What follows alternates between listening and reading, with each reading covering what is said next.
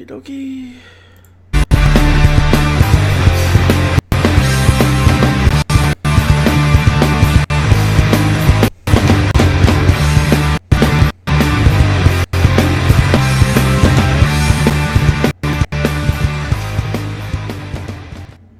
Hello folks, and welcome back to another awesome episode of Tommy Talks, live from Western North Carolina.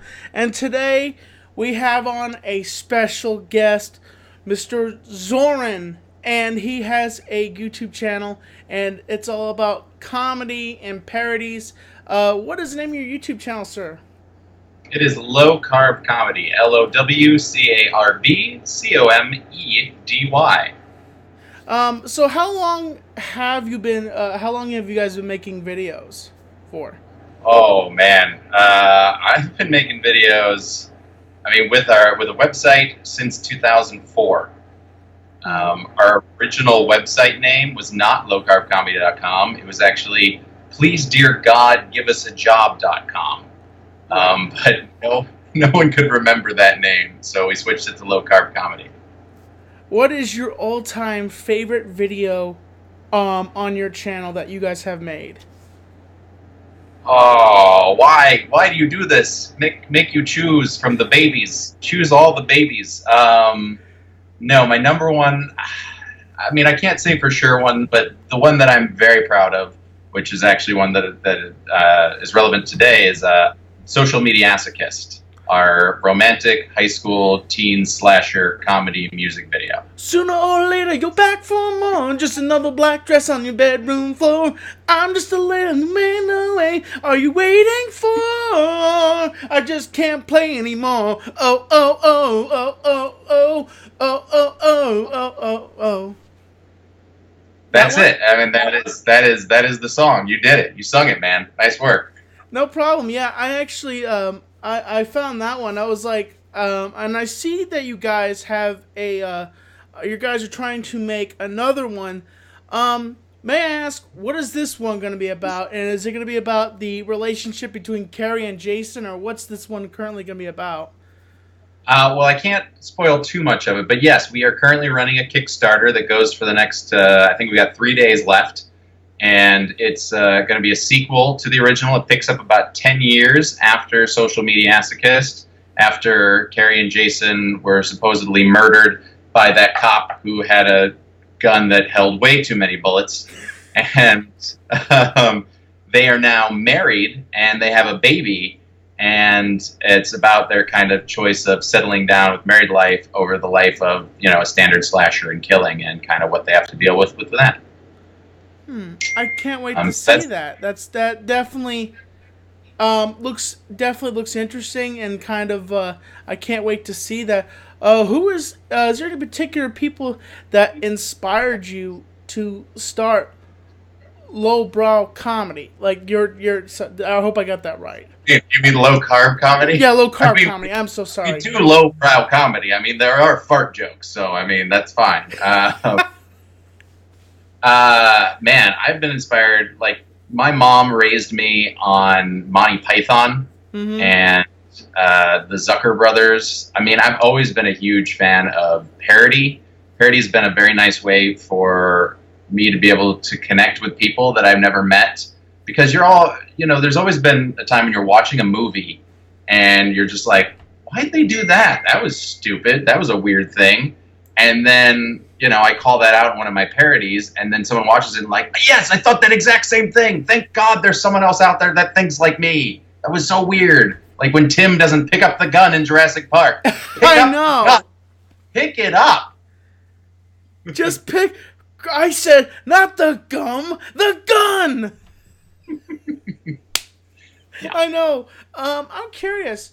Have you guys ever thought about doing any parody scenes off of the Dennis Nedry death scene? I'm curious. Oh, his death scene, not the we got a Dodson here. Dodson. No, his death scene, no. The main scene to parody for Jurassic Park was that scene. I've thought about some other ones. The other thing that's always bothered me about Jurassic Park is if you look at the T-Rex attack, he comes through that fence and he kind of just walks over it. But then when you see that fence is actually like a 30-foot drop that the car comes off of. Yeah. So how he was able to hike up over that fence? You mean so that was another thing. She, you're right. She. They're all. No problem. They're all Not trying. I mean, I just because yeah, I've been doing some research. Rexy. Yeah, Rexy. That was the name.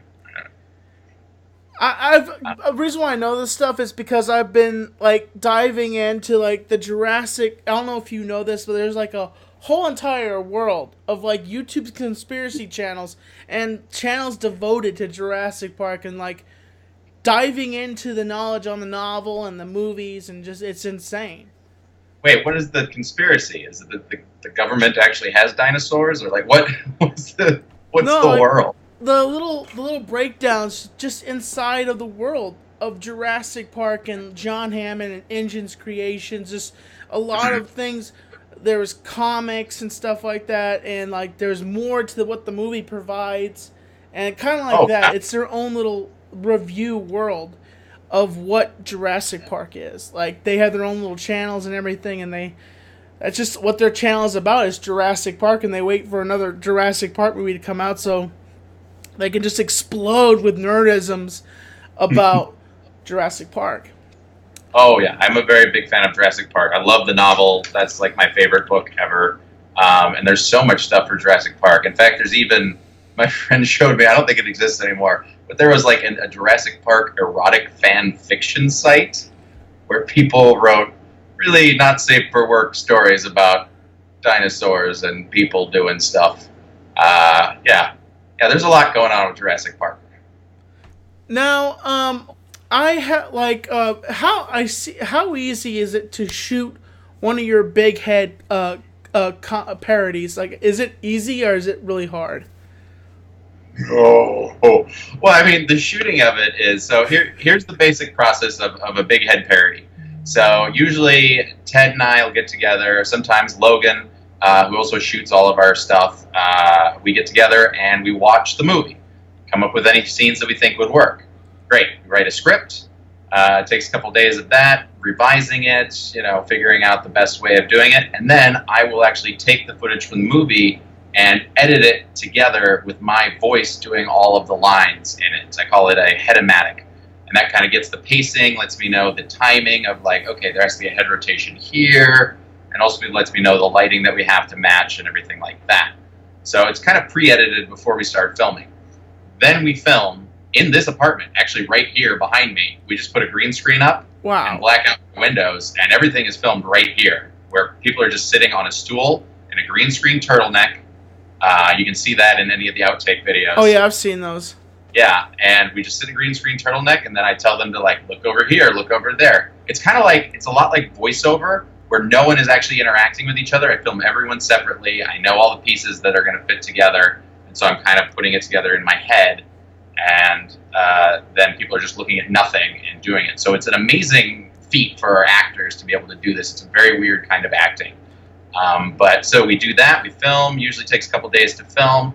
It sometimes takes longer just because we're not paying anyone. This is all for fun. So everyone's just trying to fit it into their schedules, and people get jobs and all this. Then, once we get it all scheduled and ready, filmed, then I edit it. Edit takes maybe 1-2 days because it's pretty much pre-edited.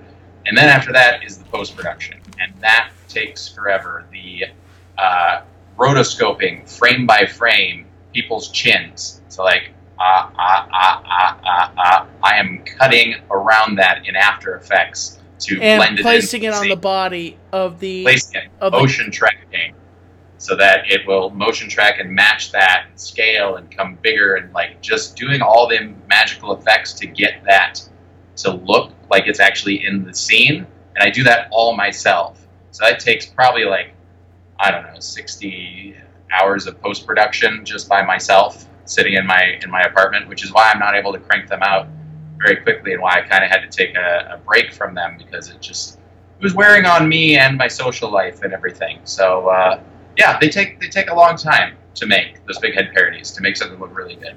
By the way, as you were saying that, I was thinking of one particular line. Why? That's a large penis. Mind if I touch it? No, John. I think I will. Well, if you notice, I'm not doing anything with his hand. Like, that is the actor in that scene. He, like, presses his hand on Malcolm's crotch. So I'm like, well, we're calling that out, because that's weird. So weird. It is. It's weird, because he's like... Spielberg's direction was probably just like, all right, now just touch his crotch a little bit, Mr. Attenborough. I recently, I was updating myself on your videos, and I love the Die Hard video, how you basically had him sitting on the microphone the whole entire time, as John McClane is, like, putting himself through all this torture and explaining how he shot the kid and everything. Mm-hmm. I love it. I thought that was hilarious. Wait a minute! He wasn't a kid! He just brings up that thing. It's this very intense moment in there, and we wanted to poke some fun at it. And we had the amazing Brandon Bricks, who's a stand-up comic, come in and do that role, and he nailed that Reginald Bell Johnson character. He did a great job, and so it wouldn't have been as good without him. So very thankful for him. Something I want to convey here. Do you think that that character is any way related to Family Matters character? Because it isn't the same actor that plays in Family Matters? Oh yeah, he's the same one that plays Carl Winslow in Family Matters. I like to think that is a precursor to Family Matters or something. But a weird thing about Family Matters is actually a spinoff of the show Perfect Strangers, which had Bronson Pinchot in it.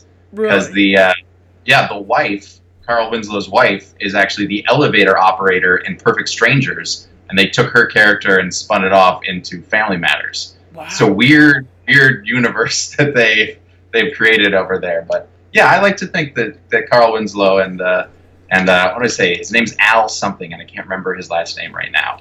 I think it's Al. But I like to think they're the same, but I'm sure canonically they're not actually. Okay. So now, what is the future for your YouTube channel? And I know you got this future project right now with this current project right now. What is the future, and what other movies do you think you guys might be working on anytime soon? Parodies.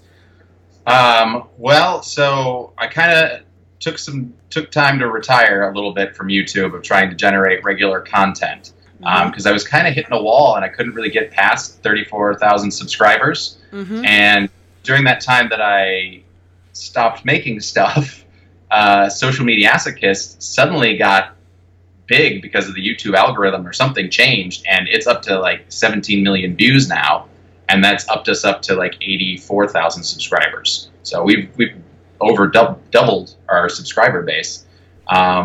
So it's kind of still leaving it open at the moment. Like, the big thing right now is Social Mediassicus. We've been running this Kickstarter for 2 weeks, and it's been great. We hit our initial goal of 5,000. We're on our way to our next goal, which is to try and film at a horror movie location.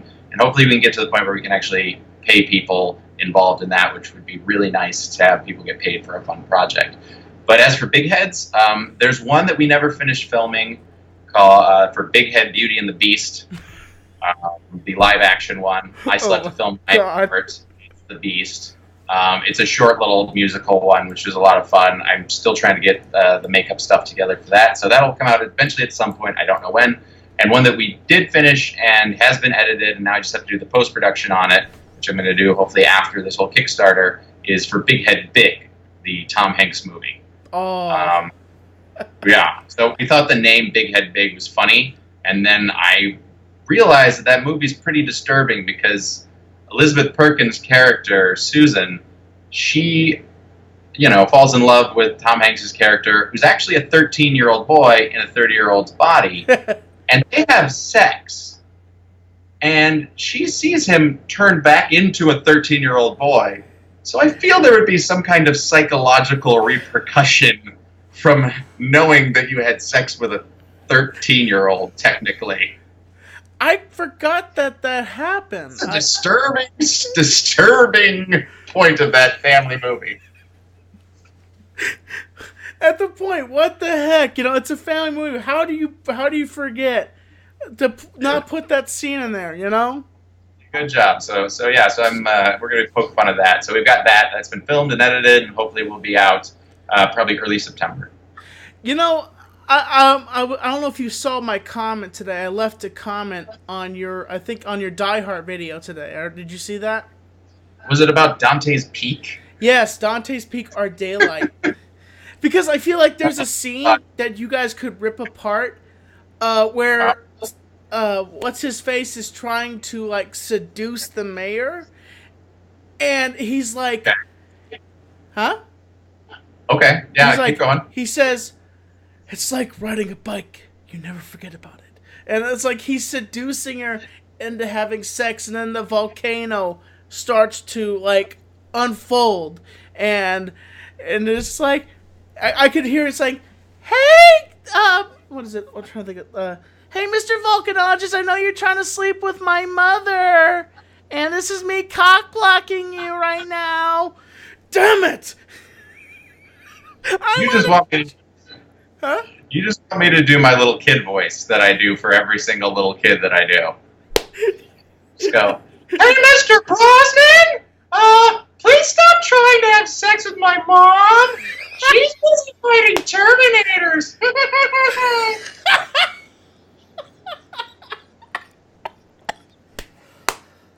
Oh, kill. You're brilliant, dude. That's oh my God. That's all you wanted. That's what you get for your Dante's Peak there, friend. You got me. Reason why you can't see me right now is because I'm using OBS, and that's why you can't see me. So okay. Yeah, sure. After the interview, I'll turn off my OBS, and you can see my face. Blah. You know. Yeah, Friday. Yoink, yoink, yoink. I know this. I hope this question's not too personal, but do you know who I am? Like, have you ever seen my YouTube channel at all? I just looked at it after you requested to have an interview with me. So no, I did not know of it beforehand. But man, you got a lot of subscribers on your side too.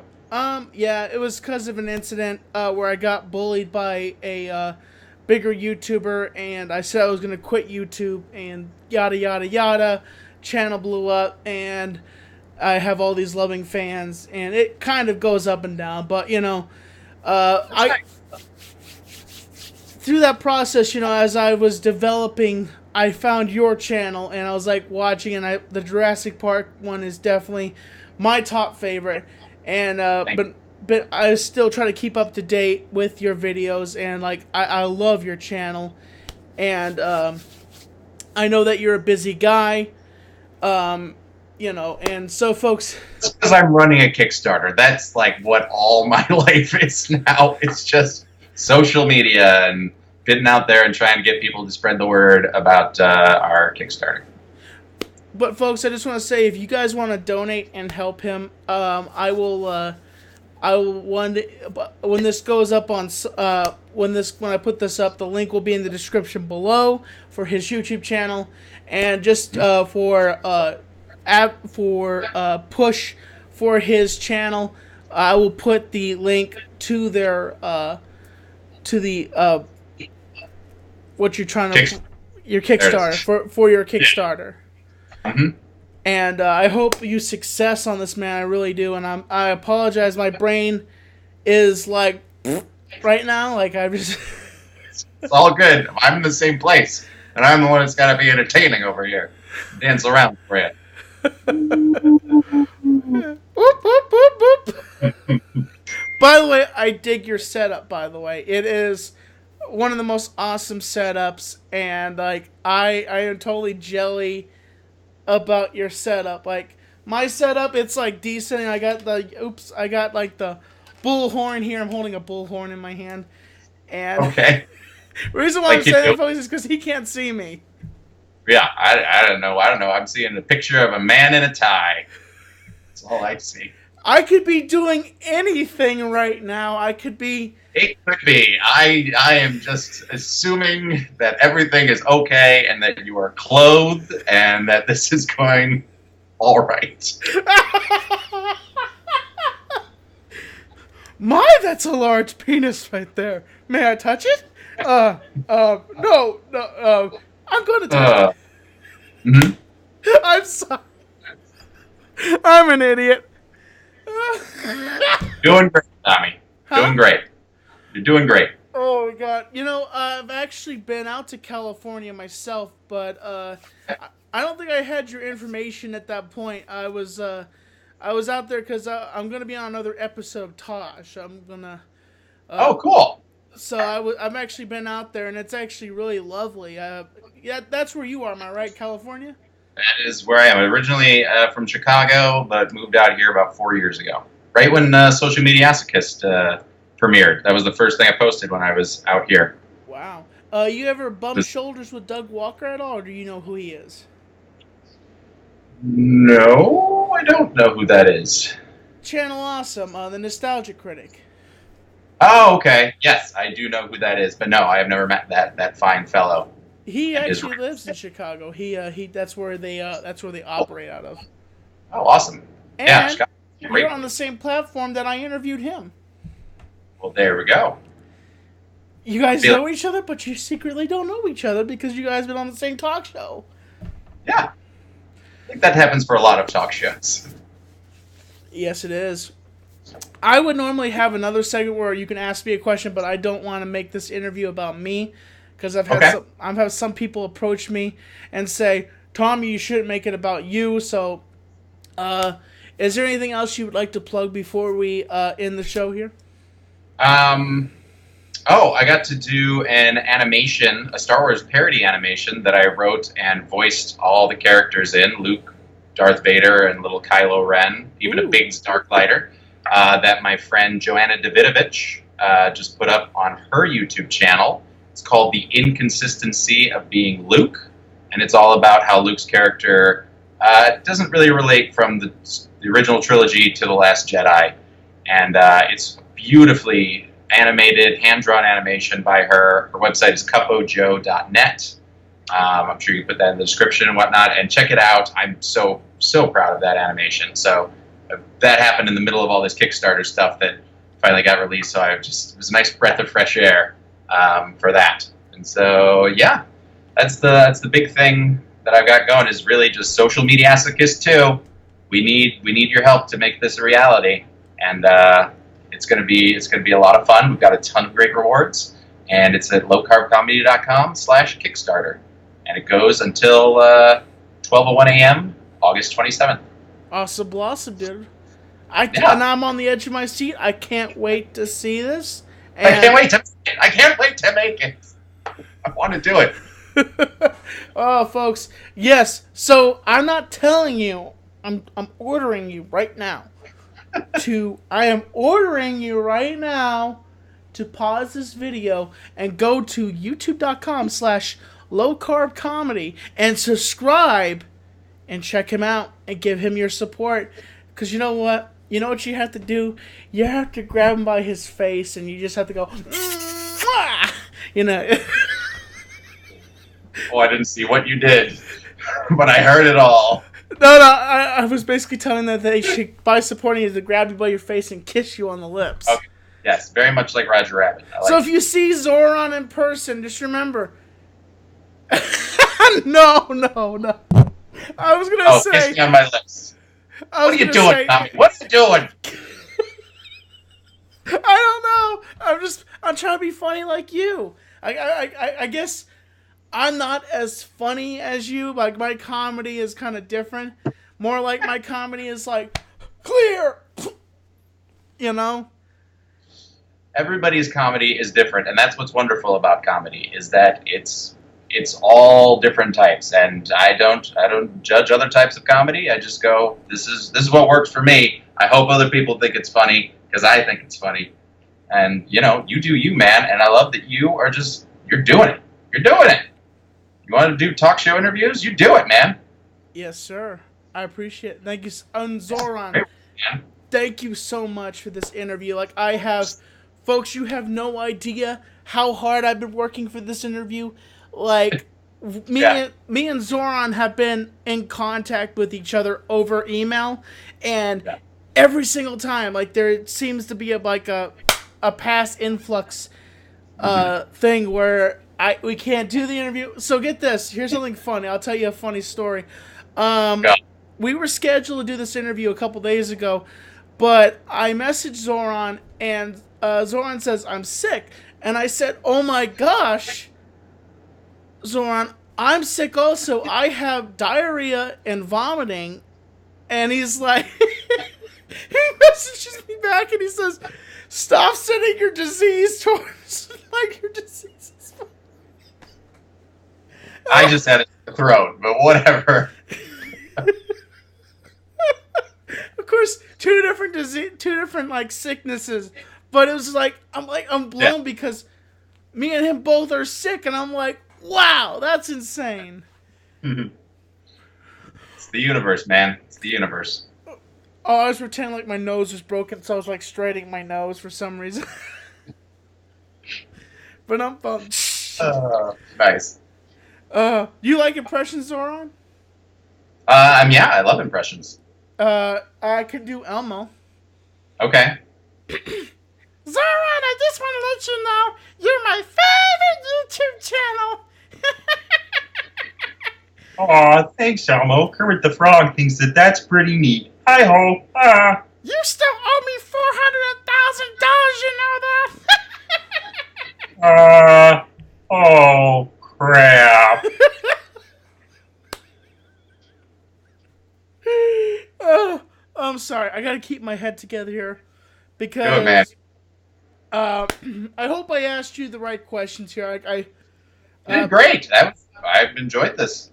Thank you so much. And if you stay a little bit after the show, I'd love to talk with you on a personal level before you have to leave. Sure. As always, folks, I'm Tommy NC 2010. Thank you for enjoying this awesome interview. And you can check out the link below and for his YouTube channel. And as always, I'm Tommy NC 2010, and I'm keeping you on the inside fact. Subscribe, support, stay positive.